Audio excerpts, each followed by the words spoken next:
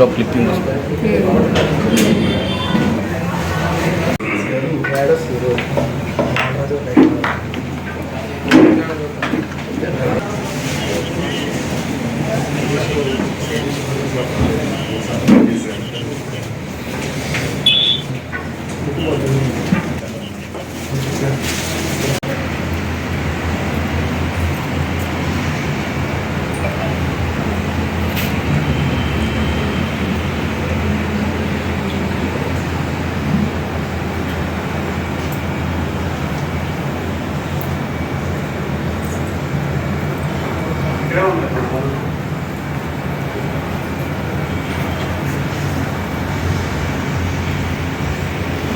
చూడండి ఒకసారి. Ready, smile smile. ఈ మార్కెట్లో మా బ్యాంక్ యొక్క సర్వీసెస్ ఏ రకంగా ఉపయోగపడతాయి అనేటువంటి అంశాన్ని దృష్టిలో ఉంచుకొని 6 నెలలుగా పరీక్షించడం జరిగింది. ఈ 6 నెలల్లో దాదాపుగా 220 మంది మెంబర్స్ మన సొసైటీలో మెంబర్స్గా చేరడం జరిగింది. అదేవిధంగా దాదాపు 120 మంది లోన్ తీసుకోవడం జరిగింది. అండ్ సుమారు ఒక 60-70 మంది డిపాజిటర్స్ కూడా ఇందులో ఒక భాగంగా ఉన్నారు. సో ఓవరాల్గా ఈ యొక్క రెస్పాన్స్ చూసిన తర్వాత ఈ మార్కెట్లో మా బ్యాంకింగ్ యొక్క సర్వీసెస్ అందుకోవడానికి ఇంకా ఎక్కువగా అవకాశాలు ఉన్నాయని ధృవీకరణ జరిగిన తర్వాత పూర్తి స్థాయి బ్రాంచ్ని ఇక్కడ స్థాపించడం జరిగింది. ఆ స్థాపించినటువంటి బ్రాంచ్లో ప్రవేశమే ఈరోజు ఇనాగ్రేషన్గా జరిగింది.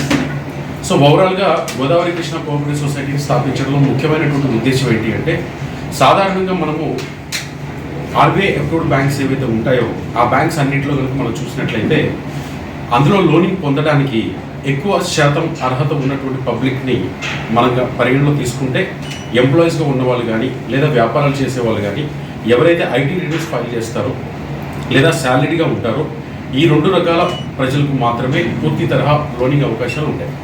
అయితే షాప్ కీపర్స్, చిన్న షాప్ కీపర్స్ ముఖ్యంగా ఎవరికైతే ఈ ఐటీ రిటర్న్స్ ఫైలింగ్ అనేటువంటి స్థాయి యొక్క ఇన్కమ్ ఉండదో అలాంటి షాప్ కీపర్స్ అందరికీ కూడా ఆర్థిక పరమైనటువంటి సపోర్ట్ కావాలి అన్నప్పుడు వీళ్ళకి అవకాశాలు చాలా తక్కువగా ఉండడం జరుగుతుంది.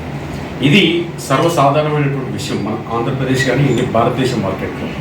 సో దీన్ని అవకాశంగా తీసుకొని చాలామంది కాల్ మనీ రన్ చేసేటువంటి వాళ్ళు ఈ యొక్క అవకాశాన్ని ఎలా వినియోగించుకుంటారు అంటే, కాల్ మనీలో 5 రూపాయల నుంచి 10 రూపాయల వడ్డీ వరకు కూడా ఈ షాప్ కీపర్స్ దగ్గర నుంచి వసూలు చేయడం జరుగుతుంది. గోదావరి కృష్ణ యొక్క ముఖ్య ఉద్దేశం ఏంటి అంటే, ఈ కాల్ మనీ నిర్మూలన అనేటువంటి అంశంలో మేము ఒక ఉద్దేశంగా విజన్గా పెట్టుకున్నాం. దీని ద్వారా ఎవరైతే షాప్ కీపర్స్ ఉంటారో వాళ్ళందరినీ ఒక 15 రోజులు మా దగ్గర ఎలా పొదుపు చేస్తారో గమనించిన తర్వాత, వాళ్ళు పొదుపు విధానం అర్థమైన తర్వాత ఆ ఫైనాన్షియల్ డిసిప్లిన్ని అనుసరించి వాళ్ళందరికీ కూడా స్టార్టింగ్ విత్ 20,000 నుంచి మొదలుపెట్టి 2 లక్షల వరకు కూడా రుణాలను మంజూరు చేయడం జరుగుతుంది. అలా మంజూరు చేసి వాళ్ళందరూ కూడా చిన్న వ్యాపారాలు చేసుకునేటువంటి వ్యక్తులు కాబట్టి వీళ్ళందరికీ కూడా నెలవారీ ఈఎంఐ రూపంలో కట్టడం కష్టమవుతుంది కాబట్టి వాళ్ళ ఈఎంఐని కూడా రోజువారీ ఈఎంఐగా మార్చడం జరిగింది. అదేవిధంగా బ్యాంక్ యొక్క సిబ్బందే ప్రతిరోజు కూడా ఆ షాప్ వద్దకు వెళ్ళి ఆ రోజు కట్టవలసినటువంటి ఈఎంఐని వసూలు చేసుకొని తిరిగి వస్తూ ఉంటారు. సో ఈ రకమైనటువంటి పద్ధతిలో మొదలు పెట్టడం జరిగింది.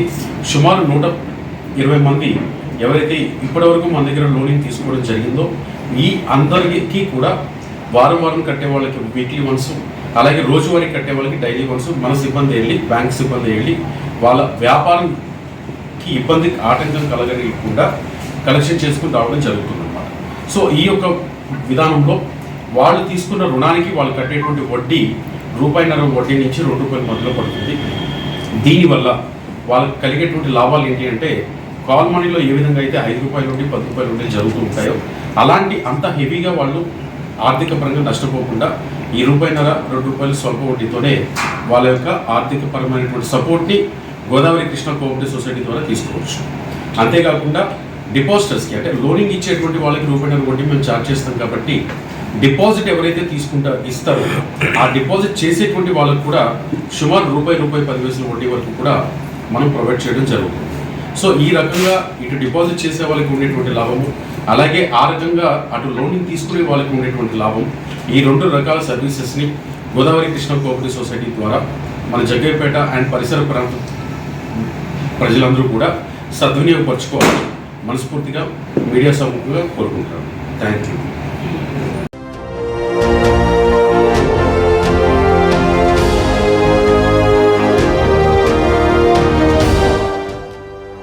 JTV, Voice of Jagyapet.